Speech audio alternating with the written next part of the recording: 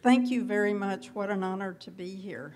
We have been devoting the last 2.5 years to developing an encyclopedia of aging, A to Z, and it's critical concepts in every sense of that word. And the subtitle is Inequality, Power, and Resistance.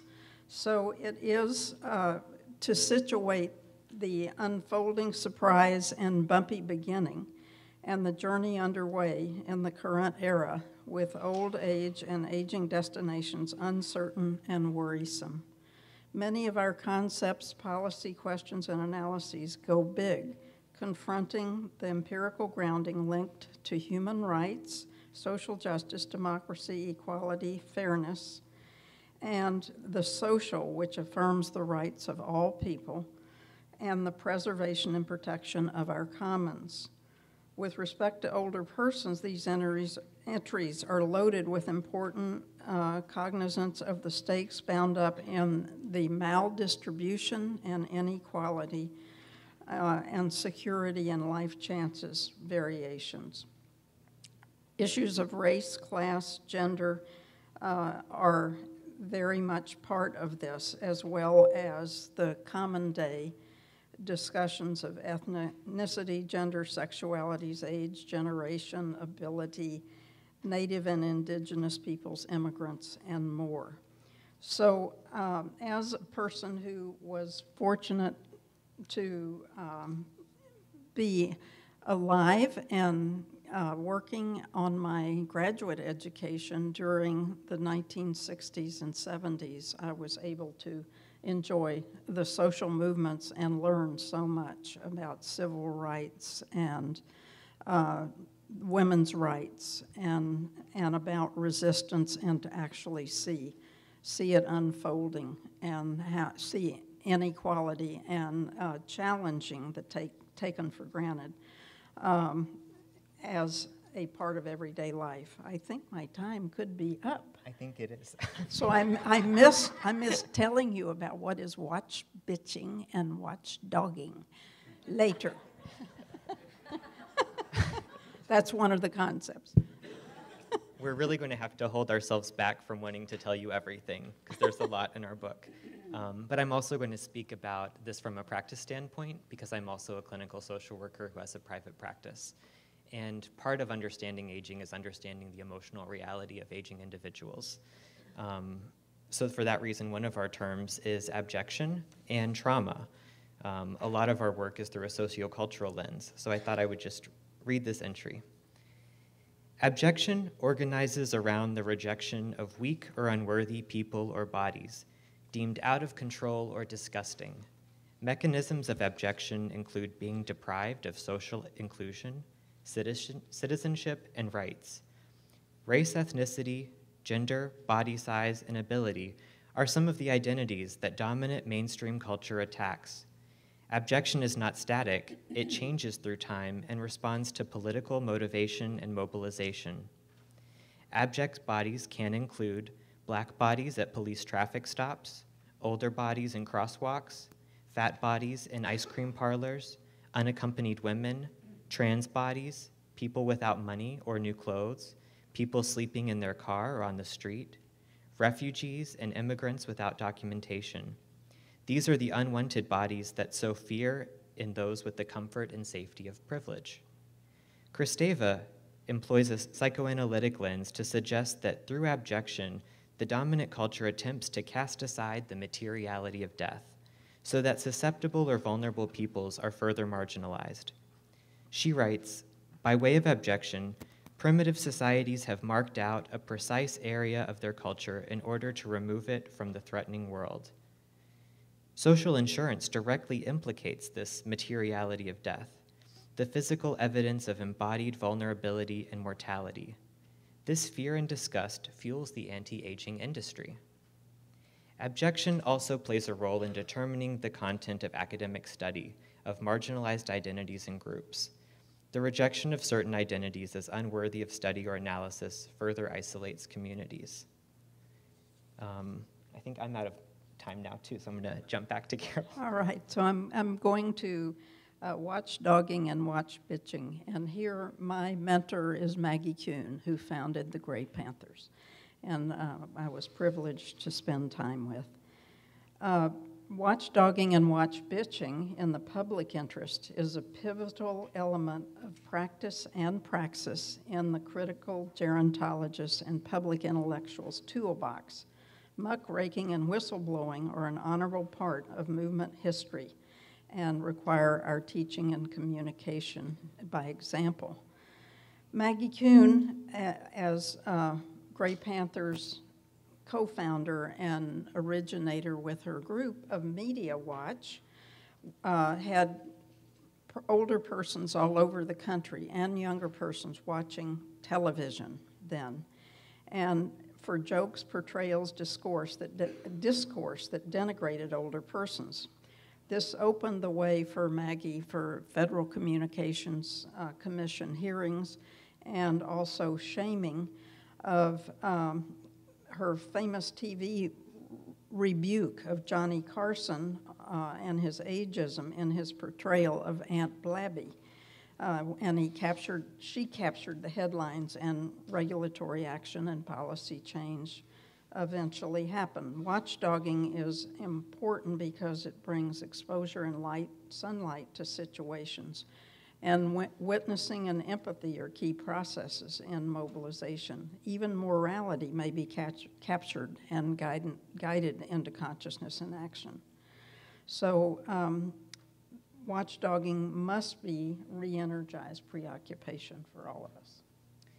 And older adults make the fiercest watch bitches and watch dogs because they know what was and what's being attacked. They have a sense of the history that's being challenged and destroyed.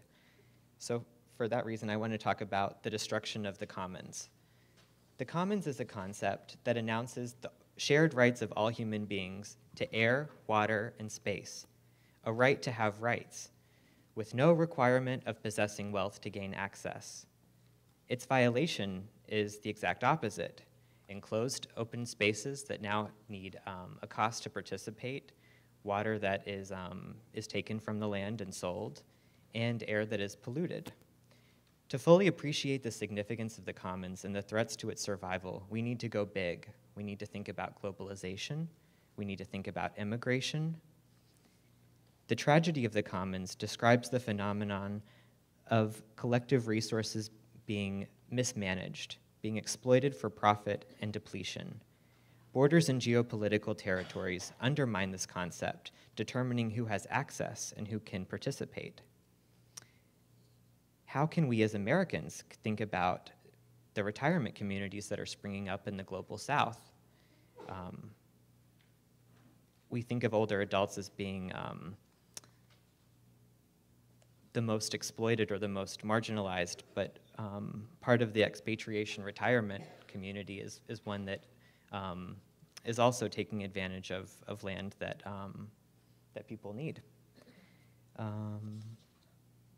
Okay, we could go on for too long. I'm going to jump back to Carroll. The concept of the social is, we know in Jewish history, talking in pairs is part of the tradition and value. And the social is paired with its opposite, individualism, rugged individualism, me, myself, and I, as opposed to we are all in this together. The social embraces what is considered essential grounding for civilized action and democratic society, what is expected and contributed by the members of that society, as well as the reciprocal commitments between society and the state with its people. Inextricably, the social embeds the concept of and right to self-development of individual human beings. As Richard Flax observes, self-development is the growth in the capacity of individuals to find and express meaning in his or her life, to believe that one's life counts both for specific others and for some larger historically relevant purposes, that one is a person of worth and accomplishment. It is constituted by the establishment of identity, the sense that one's life has a meaning by heritage and to carry it forward by contributing to that legacy. So this is a tribute to the intergenerational work which we have carried out or tried to within our work on this book. A critical approach to social policy and aging takes as given that the reproduction of society involves relations and processes of interdependence throughout the life course. The social is expressed by living culturally and socially through race, ethnicity, class, gender, ability, and nation. The argument against the social is the ideology of extreme individualism that reflects and comports with the market ideology, that it is the individual who solely has earned his or her or their way. Our book also attempts to tackle some of the austerity discourse, that there's not enough resources, that we have to keep developing at a pace despite its sustainability. And so trying to relate that to San Francisco, I thought we should define gentrification. Gentrification is predominantly framed as a revival or renewal of decayed areas in towns, neighborhoods, and states due to the influx of wealthy residents or businesses and corporations. There are several stages to gentrification, but in general it involves the displacement of lower income residents and their neighborhoods who are bought out by the developers and pushed out by landlords who plan to charge higher rents. Renting and much of real estate buying relies on credit and proof of income, so fewer people with low or fixed incomes, older people especially, can move into that neighborhood. Gentrification is part of the financialization of space, as there is an increase of property values through speculative investments, funding renovations and new developments. This bears consequences for those without financial resources or the ability to earn money. Older people who have experiences of cumulative disadvantage, and barriers to re-entering the workforce due to disability and ageism. As Perry says, there is little research which relates to understanding the intersection between involuntary relocation related to gentrification and concerns of trauma in older adulthood. More work is needed as gentrification has become an increasingly recognized force and threat to older adults, both physically and mentally. Gentrification is also about race and the control of a neighborhood. White people who move to a predominantly black or brown neighborhood, lured by lower prices and attracted to new cultural offerings, soon employ the police to regulate noise and provide safety that disproportionately hurts established residents and begins to change the culture of the neighborhood. My last concept, appropriately, resistance. It involves the questioning of authority and the legitimacy of regimes that shut down and close off ways of thinking, knowing, and being and doing in order to embrace and foster human development across the life course. Two of women's many strengths are witnessing and empathy. Our present work as all people is to turn our oppression into our advantage. Much of what we as girls and women learn, observe, endure, and live inhabits in our inner thoughts, often in silence, as children shushed, as we are to be seen and not heard, stunting our consciousness of what happened, as Hillary Clinton might say. We may observe the publicly diminished and invisibilized work of courageous men and girls in the front and back stages of civil rights and many other rights wars. We, in doing so, we must embrace and foster human development and show up and be present in many ways. And this fired up emotion of anger, frustration, and mutual concern for our own children and grandchildren, families and society are the motivators and the connectors. Thank you.